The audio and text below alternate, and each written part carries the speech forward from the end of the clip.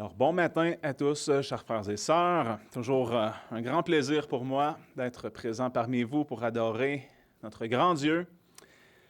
Et ce matin, je vais vous parler du seul Dieu omniprésent, bien sûr celui qu'on adore. Et je vais compléter cette exposition des 6 premiers versets d'Éphésiens chapitre 4. Alors, on va débuter en lisant ce passage, Éphésiens chapitre 4, les versets 1 à 6. « Je vous exhorte donc, moi le prisonnier du Seigneur, à vous conduire d'une manière digne de la vocation qui vous a été adressée, en toute humilité et douceur, avec un esprit patient, vous supportant les uns les autres avec charité, vous appliquant à conserver l'unité de l'esprit par le lien de la paix. Il y a un seul corps et un seul esprit, comme aussi vous êtes appelés à une seule espérance par votre vocation. Un seul Seigneur, une seule foi, un seul baptême. Un seul Dieu et Père de tous, qui est au-dessus de tous et par tous et en vous tous. » Courbons-nous pour un mot de prière. Éternel Père Tout-Puissant, nous voulons nous présenter devant toi ce matin avec la plus grande reconnaissance possible, Seigneur. Merci de te révéler à nous et d'enseignement en enseignement, par ta parole, Seigneur. Rends-nous intelligents par ton esprit afin qu'on puisse bien recevoir cette parole et t'adorer en retour, en esprit et en vérité, comme tu le mérites, Seigneur. Alors, viens à notre secours ce matin. On a besoin de toi, on a besoin de ta présence. Élève nos cœurs, nos regards jusqu'à toi, Seigneur, et qu'on puisse te contempler et t'adorer comme tu le mérites, à ta plus grande gloire. Amen. Alors, on va faire une courte révision de ce qu'on avait vu lors du dernier prêche, où j'avais enseigné sur le verset, c'est-à-dire la dernière portion du verset 5, un seul baptême. J'avais commencé en vous expliquant qu'à cette époque, il y avait plusieurs rituels de baptême qui se faisaient chez les païens. Il y a même les Juifs qui avaient un baptême d'eau qui servait de symbole de purification ou de consécration. Et tout comme il existait plusieurs seigneurs, différents types de seigneurs, eh bien, l'apôtre Paul nous rappelle qu'il y a un seul Seigneur, qui est Jésus-Christ. Et il est aussi facile d'en déduire qu'il y a aussi un seul baptême valable, qui est le baptême chrétien. Ceci dit, nous avions examiné 2 difficultés avec cette affirmation-là qu'il y a un seul baptême. Certains théologiens font une distinction entre le baptême de Jean-Baptiste, et le baptême chrétien. Alors, si on fait une distinction, on dit, bien là, il y a 2 baptêmes, mais Paul nous dit dans Éphésiens 4.5 qu'il y a un seul baptême. Et l'autre difficulté, c'est que la Bible nous parle du baptême d'eau et du baptême de l'Esprit. Je vous avais présenté ce que dit notre confession de foi, la 1689, à ce sujet, au chapitre 29, et on va le relire ensemble. Alors, le point 1 nous dit que le baptême est une ordonnance du Nouveau Testament instituée par Jésus-Christ, afin d'être pour le baptisé un signe de communion avec Christ dans sa mort et sa résurrection, de son insertion en lui, de la rémission des péchés et de son offrande de lui-même à Dieu, par Jésus-Christ, pour vivre et marcher en nouveauté de vie. Au point 2, ceux qui professent de fait la repentance envers Dieu et la foi et l'obéissance au Seigneur Jésus-Christ sont les seuls sujets aptes à recevoir le baptême. Point 3. L'élément extérieur à utiliser dans cette ordonnance est l'eau, dans laquelle le candidat est baptisé au nom du Père, du Fils et du Saint-Esprit. Et quatrièmement, l'immersion, le fait de plonger la personne dans l'eau, est nécessaire pour que l'ordonnance soit droitement administrée. Alors, je vous avais donné ma position, comme quoi le baptême de Jean et le baptême chrétien étaient le même. Je disais que si jamais vous n'aviez pas cette même compréhension, il y a d'excellents théologiens qui sont d'un avis différent. Mais mon argument repose sur ces 2 vérités. Premièrement, Le baptême est un sacrement afin d'être pour le baptisé un signe de communion avec Christ dans sa mort et sa résurrection, de son insertion en lui, du pardon des péchés. Alors ainsi, en comprenant cela, on peut affirmer que le baptême est le signe d'entrée du croyant dans l'Église, puisque celui qui est inséré en Christ fait partie du corps dont Jésus-Christ est la tête. Jésus, c'est la tête de l'Église. Et Jésus s'est lui-même fait baptiser par Jean. Puisque le baptême est le signe de l'entrée du chrétien dans l'Église, il était important que Jésus, qui est la tête ou le chef de l'Église, n'ait pas un baptême différent du nôtre. Jésus, lui, n'avait pas lui-même besoin de repentance. Il devait accomplir ce qui est juste, c'est-à-dire qu'il devait remplir chaque détail de la loi pour être notre substitut et nous sauver. Étant unis à Christ, étant baptisés dans sa mort et sachant que le Christ est ressuscité, il est important que nous ayons le même baptême qui fut ensuite administré dans sa forme la plus complète suite aux instructions du Christ. Alors, le baptême de Jean, on avait vu que le baptême chrétien, les deux ont la même doctrine, c'est-à-dire que les deux prêchent la repentance, les deux prêchent la rémission des péchés, c'est-à-dire le pardon des péchés, et les deux sont administrés au nom de Christ. Jean ne baptisait pas en son propre nom. L'Évangile de Luc, lui, va démontrer que le baptême de Jean et le baptême de Jésus étaient identiques dans leurs promesses et leurs buts. On va voir que Luc va lier le baptême de Jean et le baptême chrétien par leur doctrine. Luc 3,3. Et il, c'est-à-dire Jean-Baptiste, vint dans tout le pays des environs du Jourdain, prêchant le baptême de repentance pour la rémission des péchés. Et dans Luc 24, versets 46 et 47, et il, c'est-à-dire Jésus, leur dit, « Ainsi est-il écrit, et ainsi fallait-il que le Christ souffrit et qu'il ressuscita des morts le troisième jour, et qu'on prêcha en son nom la repentance et la rémission des péchés parmi toutes les nations, en commençant par Jérusalem. » De plus, dans ce même évangile de Luc, il est écrit que Jean prêchait l'Évangile. Luc 3,18, il, c'est-à-dire Jean le Baptiste, adressait encore plusieurs autres exhortations au peuple en lui annonçant l'Évangile, la bonne nouvelle de Dieu. Et je vous rappelle qu'il y a un seul Évangile, et Jean annonçait l'Évangile de Christ, disant au peuple qu'il viendrait quelqu'un de plus puissant que lui, qui les baptiserait du Saint-Esprit. On peut aussi constater que les ministères de Jean-Baptiste et de Jésus baptisaient en même temps, donc simultanément. Lorsqu'on lit l'exhortation du Christ au baptême à la fin de l'Évangile de Matthieu, il faut se rappeler, avoir en tête que ce n'est pas une nouvelle pratique. Jean 3, les versets 22 et 23. Après cela, Jésus s'en alla avec ses disciples sur le territoire de Judée, et il y demeura avec eux, et il y baptisait. Et Jean baptisait aussi à Hénon, près de Salim. Alors, les deux baptisent en même temps. Après avoir reçu le baptême de Jean, Jésus a poursuivi cette pratique sans aucune discontinuité en étant administré par l'intermédiaire des apôtres. Jean 4, versets 1 et 2.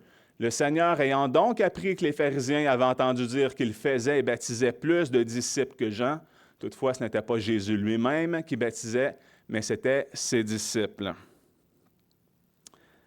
Alors, les évangiles de Luc et de Jean démontrent ainsi une belle continuité entre le baptême de Jean et le baptême chrétien.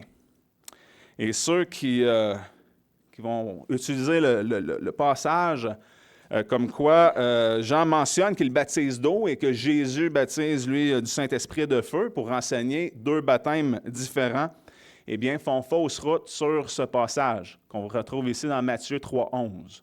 « Pour moi, je vous baptise d'eau en vue de la repentance, mais celui qui vient après moi est plus puissant que moi, et je ne suis pas digne de lui porter les souliers.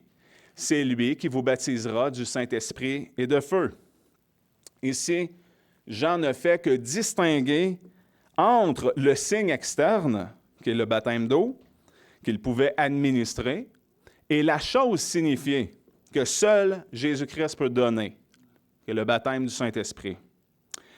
De la même manière, lorsqu'on baptise quelqu'un, on ne peut pas nous-mêmes donner le Saint-Esprit, tout comme Jean et les apôtres après lui.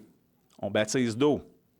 C'était le cas au temps de Jean-Baptiste, c'est encore le cas aujourd'hui. On va se rappeler ce verset. Un seul baptême.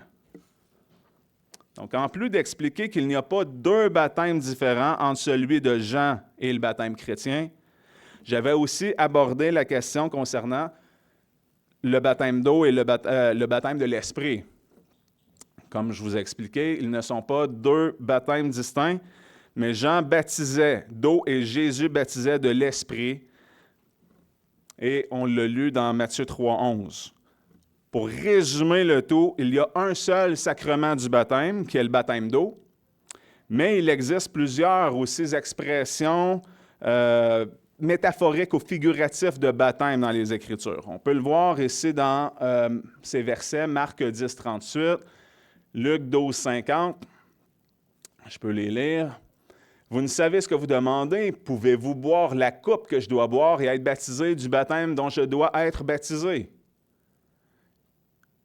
Or, je dois être baptisé d'un baptême, et combien je suis pressé à ce qu'il soit accompli. » À ce moment, Jésus avait déjà été baptisé par Jean le Baptiste, mais il fait référence ici au baptême de ses souffrances et de sa mort, et non pas un baptême de l'Esprit. Et Jésus avait déjà l'Esprit sans mesure. Jésus a bu la coupe de la colère de Dieu. Il a été plongé dans l'océan de la colère divine. Et comme dans le baptême, accompli par immersion, la personne est plongée complètement dans l'eau, complètement couverte. Ainsi, les souffrances du Christ, qui ont été si nombreuses et si grandes, dont l'en a été recouvert. Et le baptême représente cela, c'est-à-dire la mort et la résurrection de Jésus. Le croyant est enseveli, comme enterré sous l'eau, et il ressurgit de l'eau, tel un nouvel homme ressuscité. Donc, le baptême est lié à l'Évangile, à cette bonne nouvelle. C'est un moyen de grâce. Dieu y a rattaché sa parole afin qu'on puisse croire aux promesses qui sont rattachées au baptême. Le baptême d'eau est donc le signe visible d'une grâce invisible. C'est ça un sacrement. Dieu nous communique, c'est-à-dire une grâce spirituelle, véritable, mais par des moyens tangibles, qu'on peut ressentir, qu'on peut voir, qu'on peut toucher. Donc par l'eau. C'est un peu la même chose avec le repas du Seigneur, lorsqu'on s'approche et qu'on prend les éléments du pain et de la coupe. La grâce signifiée par le baptême, c'est la naissance du baptisé à une vie nouvelle et son entrée, bien sûr, dans la nouvelle alliance. C'est un signe qui concrétise et nous aide à percevoir ces vérités spirituelles selon les points suivants. Le baptême, qui est le signe de l'entrée du chrétien dans l'Église, qui est un signe de notre union avec Christ, qui est lié à la conversion, c'est-à-dire le baptême est la marque d'une vie nouvelle vécue sous le signe de l'amour de Dieu et du prochain. Il est le signe du don de l'Esprit sans lequel il n'y a pas de vie nouvelle. Selon la promesse de Jésus, le Saint-Esprit vient habiter le croyant, lui donnant l'assurance de son adoption comme enfant de Dieu et lui permettant de vivre une vie nouvelle. Et bien sûr, le baptême nous atteste le pardon des péchés. En résumé, le sacrement du baptême, c'est-à-dire le rituel du baptême d'eau, ne procure pas la nouvelle naissance, ça ne s'opère pas automatiquement. La nouvelle naissance est opérée par le Saint-Esprit seul, mais il sert à témoigner de cette vie nouvelle en Christ. Et il y a un seul baptême qui témoigne de l'ensevelissement de l'homme pécheur et de la vie nouvelle en Jésus. Le baptême d'eau pointe vers la réalité spirituelle qui est produite par le Saint-Esprit. C'est ce qui fait le tour de mon enseignement que j'avais fait la dernière fois. Et ce matin, on va regarder le verset 6 dans son entièreté. Un seul Dieu et Père de tous, qui est au-dessus de tous et par tous et en vous tous. On va débuter avec cette portion « Un seul Dieu ». L'apôtre Paul poursuit sa dernière énumération de sa série avec « Un seul Dieu ». En tout, il y a 7 énumérations de cette manière, du genre « Un seul corps, un seul esprit, une seule espérance, un seul Seigneur, une seule foi, un seul baptême, un seul Dieu. » Il y en a 7. Et il est question de Dieu le Père ici. Alors, affirmer qu'il y a un seul Dieu, à des Juifs, ce n'est pas controversé, parce que les Juifs croient aussi qu'il y a un seul Dieu. Cela s'aligne avec cette vérité qu'on retrouve exprimée dans l'ensemble des Saintes Écritures, Ancien et Nouveau Testament. Dès le début du Shema, la prière la plus importante des Juifs, on y retrouve cet enseignement ici dans Deutéronome, chapitre 6, les versets 4 et 5. « Écoute, Israël, l'Éternel, notre Dieu, est le seul Éternel. Tu aimeras donc l'Éternel, ton Dieu, de tout ton cœur, de toute ton âme et de toute ta force. » Alors, c'est ici le Shama Yisrael, Yehovah, Elohim, Echad, Yehovah. Ce qu'il y a de remarquable ici est que le mot Dieu y est au pluriel, comme au tout premier verset de la Bible, dans la Genèse, c'est Elohim. D'ailleurs, le mot Elohim est employé des centaines et des centaines de fois dans l'Ancien Testament, tantôt pour désigner une pluralité de faux dieux, mais aussi pour désigner le seul Dieu unique des Saintes Écritures de la Bible, l'Éternel.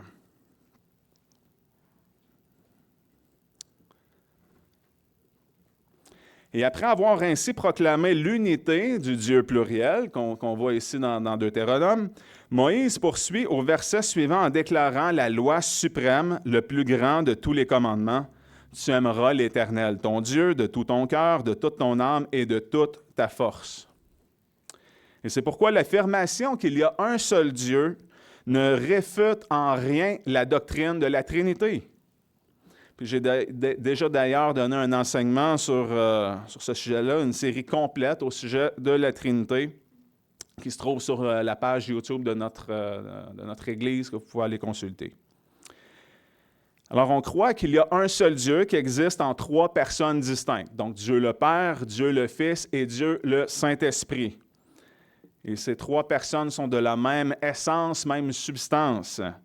Cet enseignement est conforme à l'ensemble des Saintes Écritures, Ancien et Nouveau Testament. 2 Rois, chapitre 19, les versets 15 à 19. On va lire.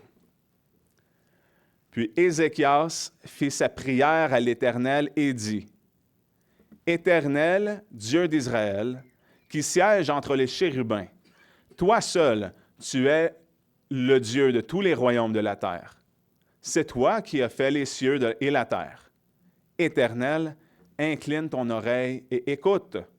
Éternel, ouvre tes yeux et regarde. Écoute les paroles de Sanchérib, de celui qui l'a envoyé pour insulter le Dieu vivant. Il est vrai, ô Éternel, que les rois d'Assyrie ont ravagé les nations et leurs pays, et qu'ils ont jeté leurs dieux au feu, car ce n'étaient pas des dieux, mais l'ouvrage des mains de l'homme, du bois et de la pierre. Aussi les ont-ils détruits. Maintenant donc, ô Éternel, notre Dieu, je te prie, délivre-nous de la main de Sanchérib, et que tous les royaumes de la terre sachent que c'est toi, ô Éternel, qui es le seul Dieu. » Alors, on voit le contraste ici dans la prière d'Ézéchias. Le même mot Elohim, qui est au pluriel, est employé pour parler des faux dieux et aussi du seul et vrai Dieu d'Israël. Et les exemples sont très nombreux dans l'Ancien Testament pour démontrer justement ce monothéisme qu'il existe un seul Dieu. Puis on va regarder quelques exemples, dont Ésaïe 44, 6. Ainsi dit l'Éternel, le roi d'Israël et son Rédempteur, l'Éternel des armées. Je suis le premier et je suis le dernier. Il n'y a point d'autre Dieu que moi. » On retrouve la même expression ici, le premier et le dernier, dans le livre de l'Apocalypse, le dernier livre de la Bible. Apocalypse 1, les versets 6 à 8. « À celui qui nous a aimés et qui nous a lavés de nos péchés par son sang, et qui nous a fait rois et sacrificateurs de Dieu son Père. À lui soit la gloire et la force au siècle des siècles. Amen. Voici, il vient sur les nuées, et tout œil le verra, ceux-mêmes qui l'ont percé, et toutes les tribus de la terre se frapperont la poitrine devant lui. Oui, Amen. Je suis l'alpha et l'oméga, le commencement et la fin, dit le Seigneur, celui qui est et qui était et qui sera, le Tout-Puissant. Encore une fois, dans le livre de l'Apocalypse 22, 13, « Je suis l'alpha et l'oméga, le premier et le dernier, le commencement et la fin. » Cette même expression se retrouve à plusieurs endroits dans Ésaïe, qui est appliquée clairement à Jésus-Christ dans cet autre passage. Tantôt appliquée à Dieu le Père et aussi employée pour Dieu le Fils. Apocalypse 1, versets 17 et 18. « Or, quand je le vis, je tombai à ses pieds comme mort, et il mit sa main droite sur moi en me disant, « Ne crains point, c'est moi qui suis le premier et le dernier, celui qui est vivant. Et j'ai été mort, et voici, je suis vivant au siècle des siècles. Amen. J'ai les clés de l'enfer et de la mort. » Alors, si je vous pose la question, qui était mort et qui est vivant au siècle des siècles? Jésus-Christ, amen. Exactement. Alors, le fait que cette même expression, qu'on retrouve dans l'Ancien Testament pour désigner l'Éternel, le premier et le dernier, s'applique ici à Jésus, est une preuve que Jésus est Dieu. Et que cela ne contredit pas que le christianisme est une religion monothéiste. On pourrait aussi penser au fameux « Je suis » qu'on retrouve enseigné même par Jésus dans Jean 8, 58, où Jésus déclare « Avant qu'Abraham fût, je suis », qui est une référence claire à Exode 3, 14, lorsque Dieu répond à Moïse qu'il questionne à propos de son nom. Alors, Paul appelle aussi directement Jésus-Christ notre grand Dieu et notre Sauveur dans son épître à Tite, Tite 2, 13, en attendant la bienheureuse espérance et la manifestation de la gloire de notre grand Dieu et Sauveur Jésus-Christ. Paul ne parle pas ici de deux personnes distinctes de la divinité, puisqu'il traduit le mot aussi manifestation, là, qui est en grec épiphania, qui signifie apparition, et ce mot-là n'est jamais appliqué à Dieu le Père, c'est toujours en référence à cette personne de la Trinité, la deuxième personne de la Trinité qui est Jésus. Et le titre Sauveur donné à Jésus est aussi attribué exclusivement à Dieu dans Jude 1, 25 et Ésaïe 45, 21. Alors, d'une part, on a le fait que Paul affirme qu'il y a un seul Dieu, qu'il n'y a rien de choquant pour les Juifs, et de l'autre part, cela n'a aucune contradiction en lien avec la croyance chrétienne en un seul Dieu trinitaire. Même si un seul Dieu et Père de tous fait référence à Dieu le Père dans ce passage d'Éphésiens 4, 6. Mais Paul écrit aux Éphésiens. Les Éphésiens, eux, avaient une culture païenne. Bien entendu, il écrit aux saints et aux fidèles qui sont à Éphèse. Donc, Paul s'adresse clairement à des chrétiens. On le voit là, dès le tout premier verset du chapitre 1 dans Éphésiens. Mais les Éphésiens avaient quand même une culture polythéiste. Et c'était pertinent de leur rappeler qu'il n'y a pas d'autre Dieu, qu'il y a un seul Dieu. Ça, c'est une illustration qui est utilisée dans l'Encyclopédia Britannica là, pour illustrer la ville d'Éphèse au temps biblique. Éphèse possédait le temple d'Artémis, qui est aussi appelé Diane, c'est l'équivalent, qui représentait une divinité mère fort importante chez les païens.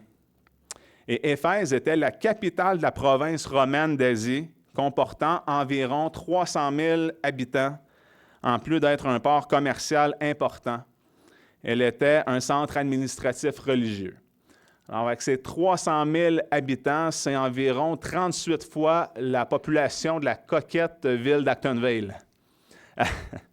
C'était très gros. Il faut se rappeler que l'apôtre Paul fut confronté à des problèmes en lien avec cet enseignement monothéiste dans la ville d'Éphèse. On se rappelle dans le livre des Actes, Acte 19, les versets 23 à 28. On va le lire. Or, il arriva en ce temps-là un grand trouble à l'occasion de l'acte doctrine. En effet, un nommé Démétrius, orfèvre, qui faisait des sanctuaires de Diane en argent, que je vous avais dit tantôt qui est l'équivalent d'Artémis, et qui donnait beaucoup à gagner aux ouvriers, les assembla avec ceux qui travaillaient à ces sortes d'ouvrages et leur dit, « Ô homme, vous savez que tout notre gain vient de cet ouvrage. Et vous voyez et vous entendez dire que non seulement à Éphèse, mais presque par toute l'Asie, ce Paul a persuadé et perverti un grand nombre de personnes en disant qu'ils ne sont pas des dieux, ceux qui sont faits de main d'homme. Il n'y a pas seulement à craindre pour nous que notre métier ne soit décrié, mais même que le temple de la grande Diane ne tombe dans le mépris, et que sa majesté, que toute l'Asie et que le monde entier révère, ne s'anéantissent aussi. » Ayant entendu cela, ils furent transportés de colère et ils s'écrièrent « Grande est la Diane des Éphésiens !» Bien entendu, après que toute la ville fut plongée dans la confusion, après un certain tumulte, là, ça a quand même brassé, les choses se sont replacées après l'intervention du secrétaire qui s'est adressé à la foule, qui a calmé les choses, déclarant que Paul et ses compagnons n'étaient coupables ni de sacrilège, ni de blasphème envers la déesse des Éphésiens. Mais il était bien vrai que l'apôtre Paul enseignait qu'il y avait un seul Dieu et que cette vérité allait à l'encontre de la croyance populaire d'Éphèse, de ce qui était socialement accepté, et cet enseignement pouvait aussi avoir des répercussions financières pour plusieurs personnes ou certaines entreprises. Alors, les gens qui avaient peur que leur gagne-pain soit affecté parce qu'eux, ils construisaient des idoles. Alors, l'affirmation qu'il y a un seul Dieu dérange. Puis c'est encore vrai aujourd'hui. C'était le cas à Éphèse, c'est encore vrai aujourd'hui.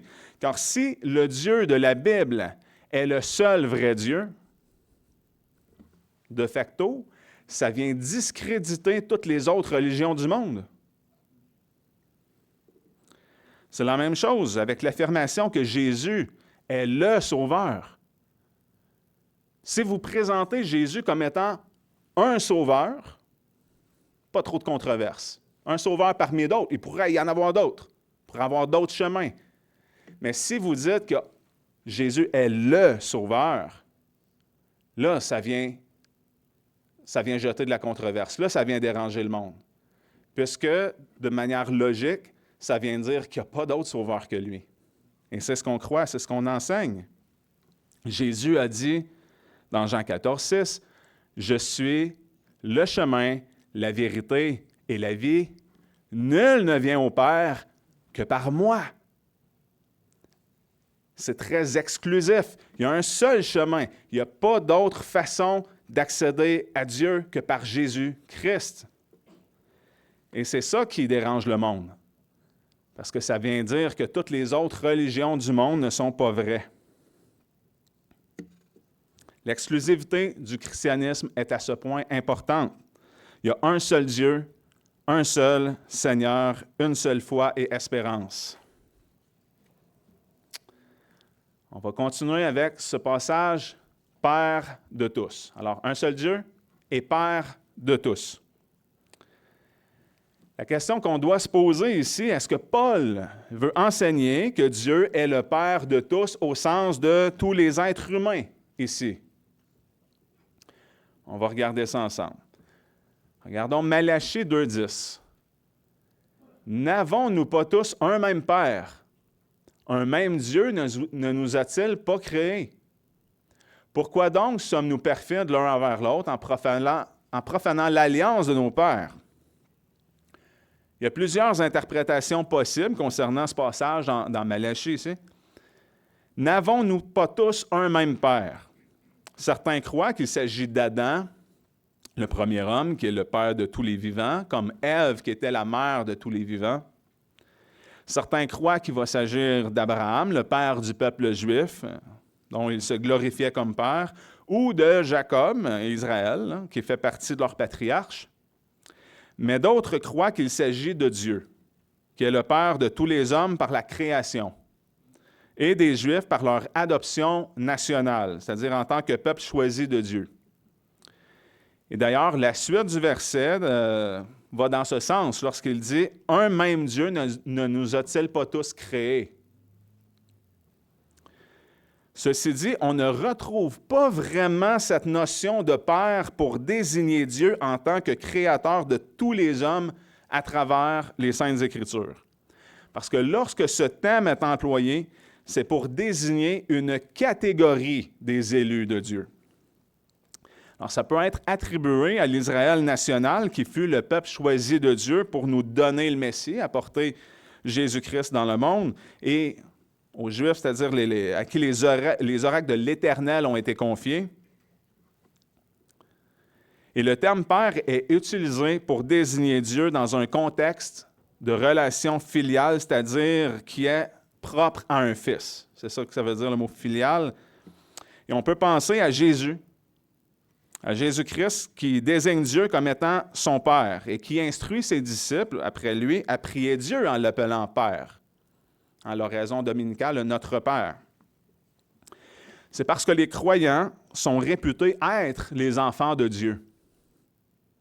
Non pas uniquement par la création, mais par l'adoption. Regardons ce que dit maintenant les Écritures, Romains 8,15. « Car vous n'avez point reçu un esprit de servitude pour être encore dans la crainte, mais vous avez reçu un esprit d'adoption par lequel nous crions « Abba, Père ». Éphésiens 2,10, « Car nous sommes son ouvrage ayant été créé en Jésus-Christ pour les bonnes œuvres que Dieu a préparées d'avance afin que nous y marchions. » C'est donc pas pour rien que Jésus parle d'une nouvelle naissance lorsqu'il explique à Nicodème, dans Jean 3, qu'il faut naître de nouveau pour voir le royaume de Dieu. Comme toute la création est l'œuvre de Dieu, de la même manière, la nouvelle naissance est aussi l'œuvre de Dieu. Il s'agit d'une nouvelle création. Dieu peut prendre un bouc, c'est-à-dire une masse qui est infectée de péché, et la retransformer pour en faire une brebis, en faire une toute nouvelle créature. 2 Corinthiens 5, 17.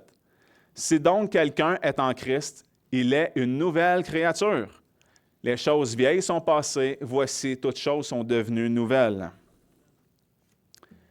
Ainsi, tous sont des créatures de Dieu, au sens propre, car Dieu est le créateur du monde. Il a tout créé. Dieu a créé l'univers tout entier, les animaux, les astres célestes, le ciel, la mer, les poissons, les oiseaux, tout, y compris nous, les êtres humains. Mais cela ne fait pas de tous les êtres humains des enfants de Dieu. Regardez ce que l'Écriture nous dit, Jean chapitre 1, versets 9 à 13. « La véritable lumière qui éclaire tout homme était venue dans le monde. Elle était dans le monde et le monde a été fait par elle, mais lui, le monde ne l'a pas connu. Il est venu chez les siens et les siens ne l'ont point reçu. Mais à tous ceux qui l'ont reçu, il leur a donné le droit d'être faits enfants de Dieu, savoir à ceux qui croient en son nom, qui ne sont point nés du sang, ni de la volonté de la chair, ni de la volonté de l'homme, mais de Dieu. » Alors, ceux qui sont réputés être les enfants de Dieu sont les croyants. Dieu n'est donc pas le Père de tous au sens large, au sens de tous les êtres humains. Puis j'irai même plus loin en vous disant que Dieu n'est pas le Père des Juifs au même sens qu'il est le Père des vrais croyants en Christ qu'il a adoptés. Puis on va regarder cet enseignement de Jésus où il remet justement les pendules à l'heure concernant cela devant ceux qui se réclamaient d'avoir non seulement Abraham pour père, mais d'avoir Dieu pour père. Dans Jean 8, les versets 38 à 45. « Je dis ce que j'ai vu chez mon Père, et vous aussi, vous faites ce que vous avez vu chez votre Père. » Ils lui répondirent, « Notre Père est Abraham. » Jésus leur dit, « Si vous étiez enfants d'Abraham, vous feriez les œuvres d'Abraham. Mais maintenant, vous cherchez à me faire mourir, moi, un homme qui vous ait dit la vérité que j'ai apprise de Dieu. Abraham n'a point fait cela. Vous faites les œuvres de votre Père. » Ils lui dirent donc, « Nous ne sommes point issus de la fornication, nous avons un seul Père, c'est Dieu. » Jésus leur dit, « Si Dieu était votre Père, vous m'aimeriez, parce que c'est de Dieu que je suis issu et que je viens, car je ne suis pas venu de moi-même, mais celui qui m'a envoyé. Pourquoi ne comprenez-vous pas mon langage? C'est parce que vous ne pouvez écouter ma parole. Le Père dont vous êtes issus, c'est le diable. Et vous voulez accomplir les désirs de votre Père. Il a été meurtrier dès le commencement. Il n'a point persisté dans la vérité, parce qu'il n'y a pas de vérité en lui. Lorsqu'il dit le mensonge, il parle de son propre fond, car il est menteur et le père du mensonge. Mais parce que je dis la vérité, vous ne me croyez point. » Alors, on peut voir ici le contraste que Jésus amène, où il met en opposition son Père à lui, Dieu le Père, et le Père des Juifs qui cherchent justement à faire mourir Jésus, qui est le diable. Jésus, il ne mâche pas ses mots, il va direct au but. Ceux qui rejettent Jésus-Christ sont du diable, peu importe leur descendance biologique, qu'ils aient du sang juif ou non. De toute évidence, tous les non-croyants, les incrédules, qui ne sont pas régénérés, sont aussi par nature des enfants du diable. Et c'est ce que l'apôtre Paul enseigne aux Éphésiens aussi, plutôt dans son épître au chapitre 2, versets 1 à 3. « Et vous étiez morts dans vos fautes et dans vos péchés, dans lesquels vous avez marché autrefois, selon le train de ce monde, selon le prince de la puissance de l'air, de cet esprit qui agit maintenant dans les fils de la rébellion, parmi lesquels nous vivions tous autrefois, selon les convoitises de notre chair, accomplissant les désirs de la chair de nos pensées, et nous étions par nature des enfants de colère comme les autres. » Alors, on voit les fils de la rébellion, les enfants de colère, ça revient à la même chose d'être les enfants du diable. Paul va répéter essentiellement la même chose aux Colossiens, au chapitre 3, les versets 5 à 7. « Faites donc mourir ce qui dans vos membres tient à la terre, la fornication, l'impureté, les passions, les mauvais désirs et l'avarice qui est une idolâtrie. Car c'est pour ces choses que la colère de Dieu vient sur les enfants de rébellion, dans lesquels vous aussi, vous avez marché autrefois lorsque vous viviez en elle. » Alors, ce qui est intéressant, c'est qu'on voit que c'était tous notre cas. Donc, par nature, on vient dans ce monde pécheur en étant sous l'emprise du malin. On est des enfants de colère, fils de la rébellion, tous par nature des enfants du diable. On a besoin que Dieu nous délivre et nous adopte. Alors, en résumé, nous sommes tous des créatures de Dieu, parce qu'on a été créés par Dieu, mais nous ne sommes pas tous des enfants de Dieu. Le Dieu de la Bible est celui qui a formé l'univers, qui a créé toutes choses, bien sûr, on le voit. C'est en lui qu'ont été créées toutes choses dans les cieux et sur la terre, les visibles et les invisibles, soit les trônes, soit les dominations, soit les principautés, soit les puissances. Tout a été créé par lui et pour lui. Il est avant toute chose et toute chose subsiste par lui. Mais le fait d'avoir été créé par ce même Dieu créateur, l'Éternel, ne fait pas de nous ses enfants. On a besoin d'être une nouvelle créature. On a besoin d'une nouvelle naissance pour être considéré un enfant de Dieu. Dieu nous parle aussi qu'il a un Fils unique, dans Jean 3,16. Car Dieu a tant aimé le monde qu'il a donné son Fils unique, afin que quiconque croit en lui ne périsse point, mais qu'il ait la vie éternelle. Unique en grec est monogenes, qui signifie seul de son espèce. Donc, nul autre homme n'est le Fils de Dieu par nature que Jésus-Christ, qui a de la même essence, la même substance, puissance et éternité que Dieu le Père. Et comme on peut le voir dès le début de l'Évangile de Jean, on constate que Dieu est le Fils éternel, puisqu'il y a un début à son incarnation en tant qu'homme. Au commencement était la parole était avec Dieu, et la parole était Dieu. Elle était au commencement avec Dieu. On voit l'éternité du Fils de Dieu. Toutes choses ont été faites par elle, et rien de ce qui a été fait n'a été fait sans elle. En elle était la vie, et la vie était la lumière des hommes.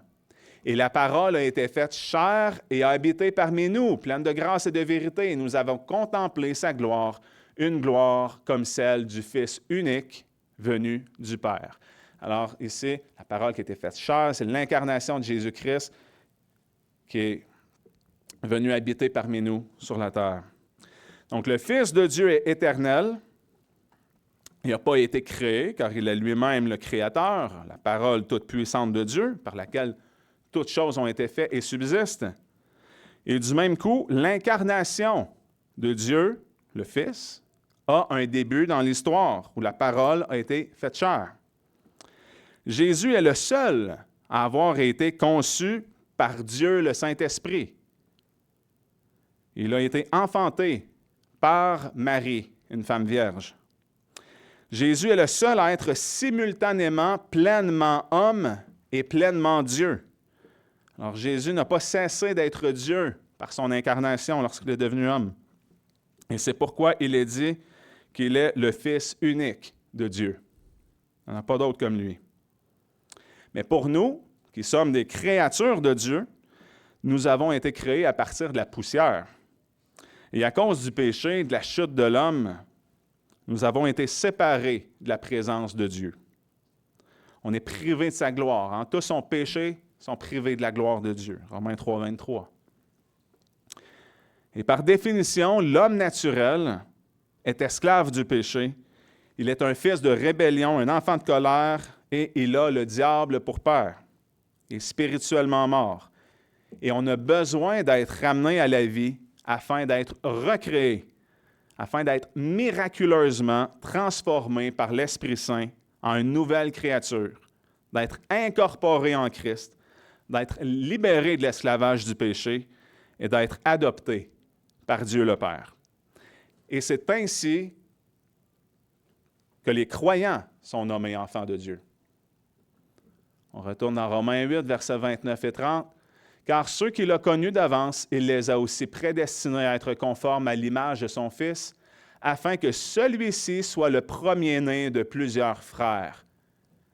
Et ceux qu'il a prédestinés, il les a aussi appelés, et ceux qu'il a appelés, il les a aussi justifiés, et ceux qu'il a justifiés, il les a aussi glorifiés. » Commentaire de John Gill sur ce passage, afin qu'il soit le premier-né de plusieurs frères. Les personnes parmi lesquelles le Christ est le premier-né sont décrites par leur relation frères, les uns avec les autres, étant liés au même Père, régénérés par la même grâce, pris dans la même famille et héritiers de la même gloire. Et au Christ, dont la relation en tant que frère n'est pas seulement fondée sur son incarnation, mais sur leur adoption, et qui est attestée par leur régénération et par le fait qu'ils accomplissent la volonté de son Père, une relation qu'il reconnaît et dont il n'a pas à rougir. Ils sont aussi décrits par leur nombre, plusieurs, car ils sont peu nombreux par rapport au monde. Ils sont cependant nombreux, un grand nombre, considérés en eux-mêmes, et parmi eux, le Christ est le premier-né. Il est le premier-né de Dieu, l'engendré du Père. Il est le premier engendré et en tant que tel, il est l'unique engendré. Il est le premier-né de Marie, elle n'en avait pas eu avant lui. Il est le seul à être né comme il l'a été. Il est le premier engendré d'entre les morts. Sa résurrection est appelée un engendrement. Il a été le premier dans le temps à ressusciter d'entre les morts par son propre pouvoir et à mener une vie immortelle et le premier en termes de causalité et de dignité. Au final, seuls les croyants en Jésus-Christ ont Dieu pour Père et c'est pourquoi je crois fermement que l'apôtre Paul désigne ici, quand il dit « Père de tous », qu'il désigne tous les croyants et non pas tous les êtres humains de la terre. Lorsqu'il mentionne « un seul Dieu et Père de tous ». Dieu est le créateur de tous les êtres humains, mais il n'est pas le Père de tous les hommes. Il est le Père de tous les croyants qui sont nés de nouveau par l'Esprit Saint. Amen? Continuons maintenant avec cette section ici qui est au-dessus de tous et par tous et en vous tous. Cette partie du verset nous parle de l'omniprésence de Dieu. Le mot omniprésent est composé du préfixe omni, qui signifie tout. On utilise justement ce préfixe-là dans d'autres situations pour décrire Dieu. Et en plus de omni, eh bien, il y a aussi le mot présent. On utilise le mot présent pour désigner le lieu où se déroule l'action. Puis on se souvient qu'à l'école, hein, la professeure pouvait nous demander de lever la main pour prendre des présences. C'était pour s'assurer que tous les élèves étaient bien là. Bien, vous qui êtes actuellement là, assis ici dans la salle, bien, vous êtes présents à l'Église ce matin. Puis on peut aussi utiliser le mot « présent » pour désigner le temps. Il y a le passé, il y a le présent, il y a le futur. Alors, le présent est le moment qui est en train de se dérouler. Et concernant le préfixe « omni » qui signifie « tout », bien, on le retrouve aussi dans la langue française comme dans le mot « omnivore ». Hein? Nous, en tant qu'être humain, on est des omnivores, on mange de tout. On mange de la viande, on mange des fruits, des légumes, tout ça. Comparativement, exemple, aux carnivores, qui eux autres, c'est seulement de la viande. Il y a le mot omnidirectionnel, qui veut dire dans toutes les directions. Et il y a 3 grands omnis qui sont utilisés pour nous parler de Dieu. Il y a l'omnipotence. Dieu est omnipotent, c'est-à-dire tout-puissant. Dieu est omniscient, c'est-à-dire qu'il connaît tout, toute connaissance. Et Dieu est bien sûr omniprésent, ça veut dire qu'il est présent partout, il est éternel. L'omniprésence de Dieu unit 2 réalités importantes qu'on doit comprendre. Premièrement, on va parler de la transcendance de Dieu et de l'immanence de Dieu. On va débuter avec ce bout de verset qui nous dit que Dieu est au-dessus de tous. Qu'est-ce que ça signifie, ça? La transcendance de Dieu. Ça signifie que Dieu est distinct de sa création, qu'il est au-dessus de sa création. Contrairement à certaines religions, comme si on peut prendre comme exemple l'hindouisme, dans l'hindouisme, eux, ils vont adhérer à un concept qui s'appelle le panthéisme. Dieu, il est présent partout dans la création, mais il n'est pas distinct. Alors, c'est pourquoi que les hindous vont adorer toutes sortes d'animaux, comme des vaches, des éléphants, parce que pour eux, tout est la création, donc tout peut être Dieu. C'est une religion qui est polythéiste. Mais nous sommes monothéistes. On croit un seul Dieu, comme on l'a enseigné, puis comme c'est écrit dans ce verset.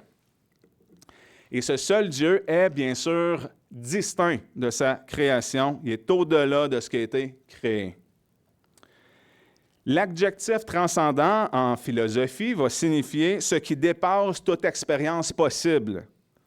Et le verbe transcender signifie dépasser, se situer à un niveau supérieur ou différent. On va regarder quelques versets des Saintes Écritures sur ce sujet. Ésaïe 66, versets 1 et 2. « Ainsi a dit l'Éternel, le ciel est mon trône, et la terre mon marchepied. Quelle maison me bâtirez-vous? Quel lieu sera celui de mon repos? Car toutes ces choses, ma main les a faites, et toutes ces choses existent par elle, dit l'Éternel. »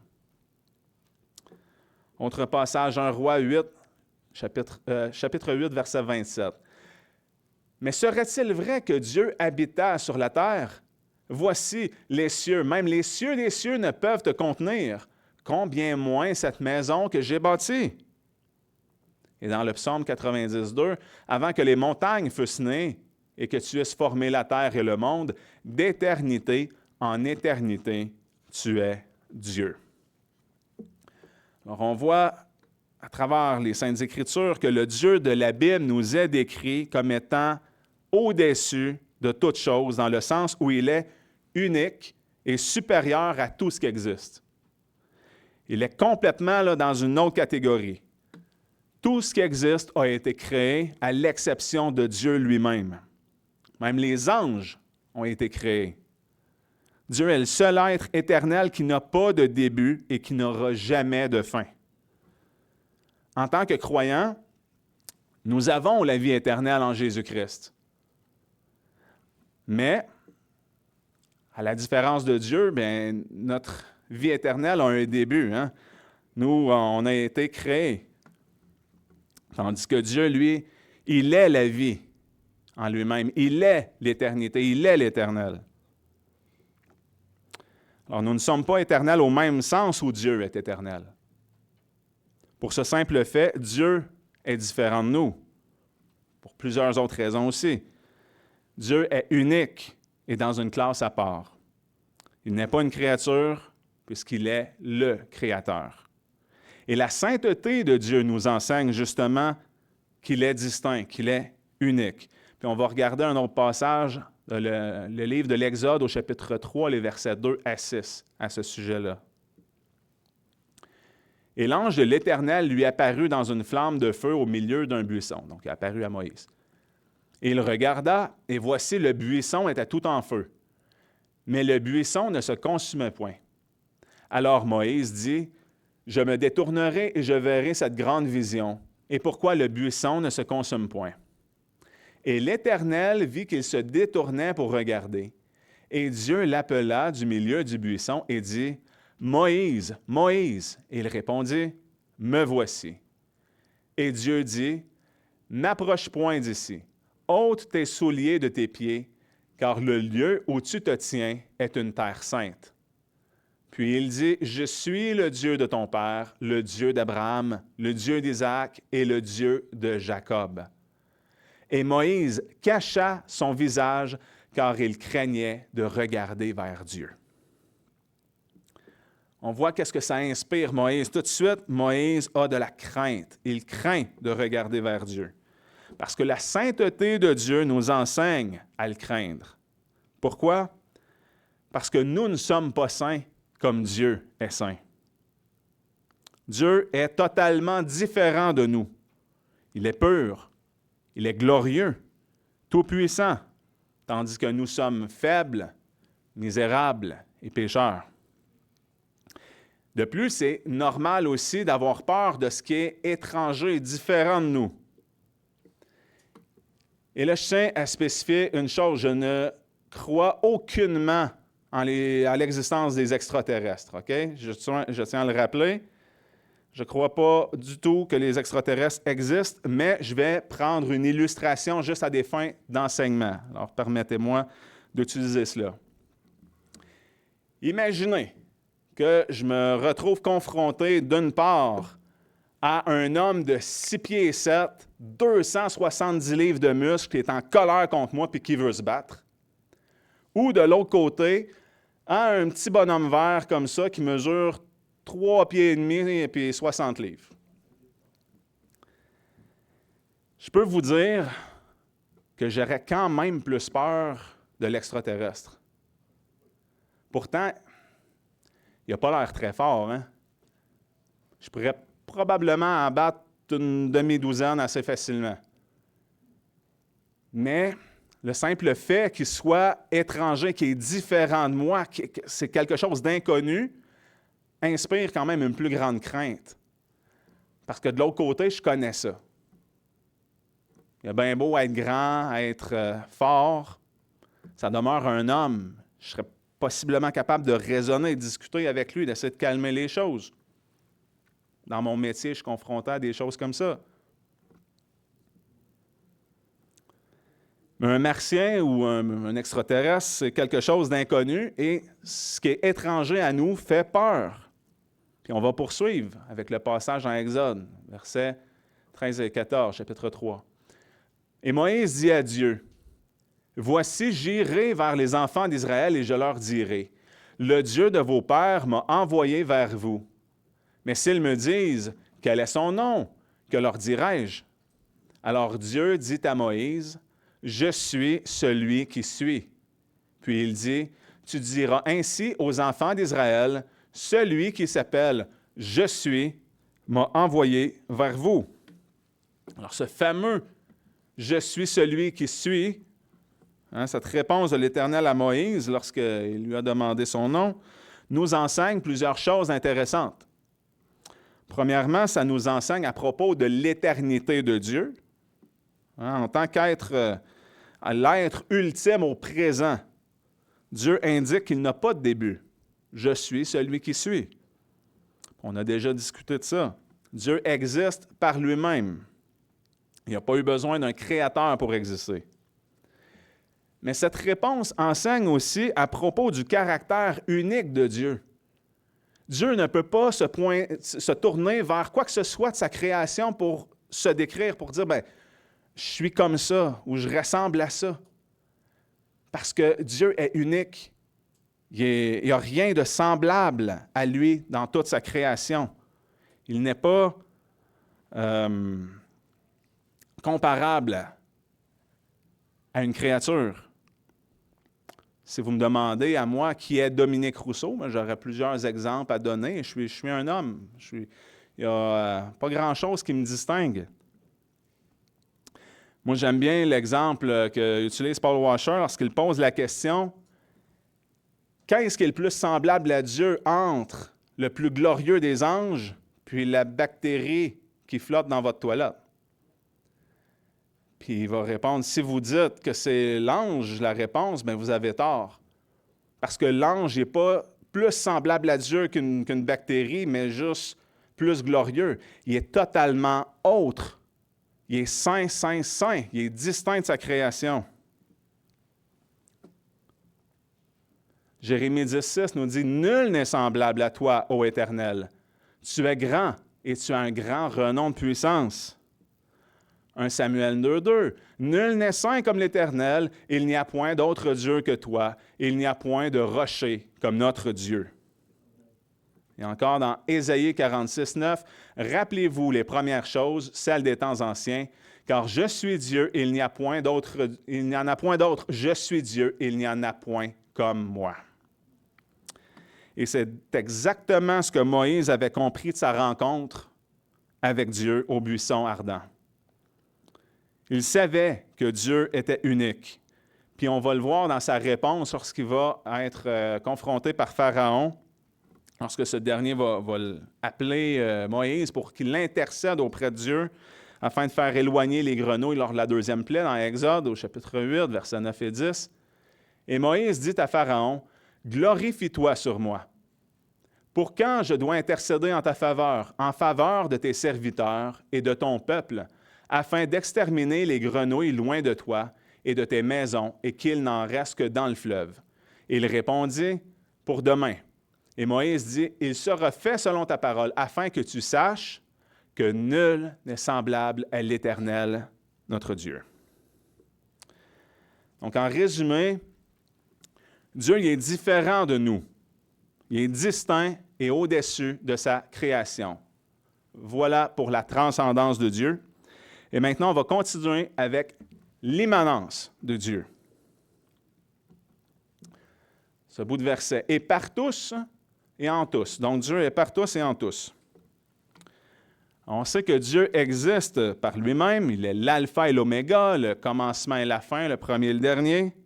Il est le seul éternel. Dieu est aussi l'auteur de sa création, comme on a discuté. C'est Dieu qui a créé le temps, il a créé les cieux et la terre, toute la matière, tout l'espace. Dieu existe donc en dehors du temps, en dehors de la matière, en dehors de l'espace. Et lorsque Paul dit que Dieu est par tous et en vous tous, il désigne spécialement les croyants, à ceux à qui il s'adresse. Par tous, Dieu agit dans sa providence à travers les membres de l'Église. Il habite tous les croyants par son esprit. Et c'est ce que Paul affirme. Ceci dit, Dieu habite aussi toute sa création.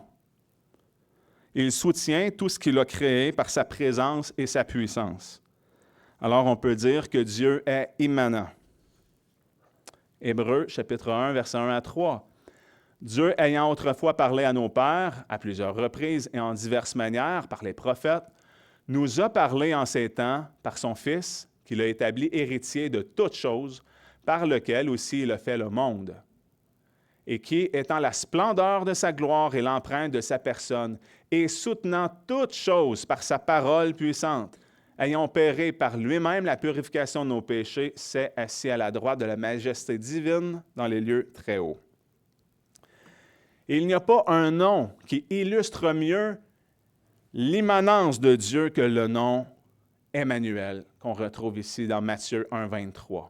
Voici la Vierge sera enceinte et elle enfantera un fils et on le nommera Emmanuel, ce qui signifie Dieu avec nous. Alors, tout comme Dieu n'avait personne vers qui pointer pour se décrire à Moïse lorsqu'il lui a demandé son nom, eh bien, ici, on voit que la personne de Jésus-Christ peut révéler parfaitement Dieu le Père. Colossiens 2, 9, car en lui, toute la plénitude de la divinité habite corporellement. Jean 14, 9, Jésus dit, « Il y a si longtemps que je suis avec vous et tu ne m'as pas connu. Philippe, celui qui m'a vu, a vu le Père. Comment donc dis-tu, montre-nous le Père? » Dieu a littéralement marché sur la terre. Pensez à ça, je le répète. Dieu a littéralement marché sur la terre. Le Créateur qui a vécu parmi nous, qui a demeuré avec nous.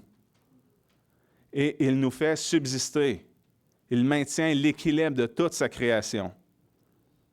On peut dire que Dieu empêche pratiquement nos corps d'exploser. Il maintient chaque atome de l'univers. Il fait pousser l'herbe dont se nourrissent les animaux, tous les fruits des arbres.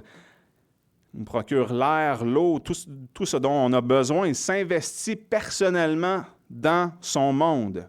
On voit dans Colossiens, chapitre 1, les versets 12 à 17. « Rendant grâce au Père qui nous a rendus capables d'avoir part à l'héritage des saints dans la lumière, qui nous a délivrés de la puissance des ténèbres et nous a fait passer dans le royaume de son Fils bien-aimé, en qui nous avons la rédemption par son sang, la rémission des péchés. C'est lui qui est l'image du Dieu invisible, le premier-né de toutes les créatures. C'est en lui qu'ont été créées toutes choses dans les cieux et sur la terre, l'invisible et les invisibles, soit les trônes, soit les dominations, soit les principautés, soit les puissances. Tout a été créé par lui et pour lui. Il est avant toute chose et toute chose subsiste par lui. » Donc, passage dans les psaumes, chapitre 104, verset 14, ainsi que les versets 24 à 30. « Il fait germer le foin pour le bétail et l'herbe pour le service de l'homme, faisant sortir la nourriture de la terre. Ô Éternel, que tes œuvres sont en grand nombre! Tu les as toutes faites avec sagesse. La terre est pleine de tes richesses. Et cette grande et vaste mer, là sont des animaux sans nombre, gros et petits. Là se promènent les navires et ce Léviathan que tu as formé pour s'y jouer. Tous, ils s'attendent à toi pour que tu leur donnes leur nourriture en son temps. Tu la leur donnes et ils la recueillent. Tu ouvres ta main et ils sont rassasiés de bien. Caches-tu ta face? Ils sont éperdus. Retires-tu leur souffle? Ils expirent et retournent dans leur poussière. Envoies-tu ton esprit? Ils sont créés et tu renouvelles la face de la terre. On peut voir qu'il n'y a pas un seul endroit où Dieu n'est pas. Il exerce sa pleine souveraineté sur tout ce qui existe. Dieu est en contrôle, il est présent dans sa création et il est partout. Encore une fois, dans le psaume 139, un des merveilleux passages qui illustre bien cette vérité, versets 7 à 12. « Où irai-je loin de ton esprit, et où fuirai-je loin de ta face? Si je monte aux cieux, tu y es. Si je me couche au sépulcre, t'y voilà. Si je prends les ailes de l'aube du jour et que j'aille habiter au bout de la mer, là même ta main me conduira, et ta droite me saisira. Si je dis, au moins les ténèbres me couvriront, la nuit devient lumière autour de moi. Les ténèbres même ne sont pas obscures pour toi, et la nuit resplendit comme le jour. Les ténèbres sont comme la lumière. » En résumé, Dieu est omniprésent. Il est à la fois exalté. Sa majesté s'élève au-dessus des cieux. Il est appelé le Très-Haut. Ses voies sont incompréhensibles et ses pensées ne sont pas nos pensées. Et bien qu'il soit distinct, Dieu est aussi en nous. Il maintient chaque atome de l'univers. Toute sa création subsiste par lui. Il est présent dans le temps et l'espace. Il est près de nous. Paul nous enseigne dans 2 Corinthiens 6,16 que nous sommes le temple du Dieu vivant et que le Saint-Esprit habite en nous. Jésus a dit qu'il est avec nous jusqu'à la fin du monde, tous les jours. Acte 17, versets 24 à 27.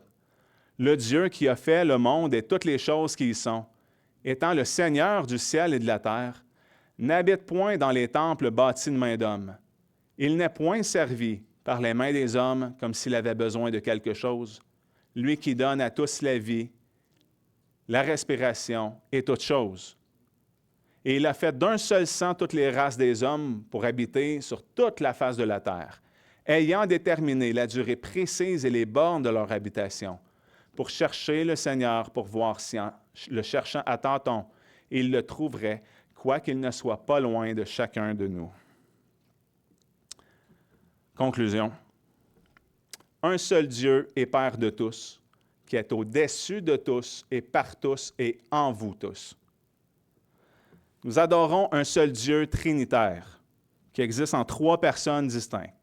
Dieu le Père, Dieu le Fils, Dieu le Saint-Esprit. Et ces 3 personnes sont un seul et même Dieu unique, de la même essence, même substance, même puissance et éternité. Dieu est le créateur de tous les êtres humains, mais il est seulement le Père des croyants en Jésus-Christ, et non pas de tout le monde entier. Dieu est notre Père car il nous a adoptés, et c'est pourquoi les croyants en Jésus-Christ sont appelés les enfants de Dieu. C'est par l'adoption. Puis nous adorons un seul vrai Dieu qui est omniprésent, c'est-à-dire qu'il existe en tout temps, en tout lieu, qui est éternel. Dieu transcende sa création, il est distinct de sa création et au-dessus de tout ce qu'il a créé.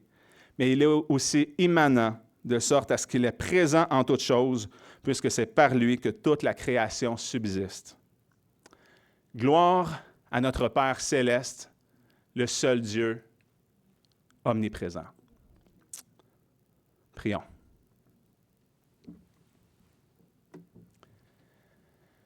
Ô Père Tout-Puissant,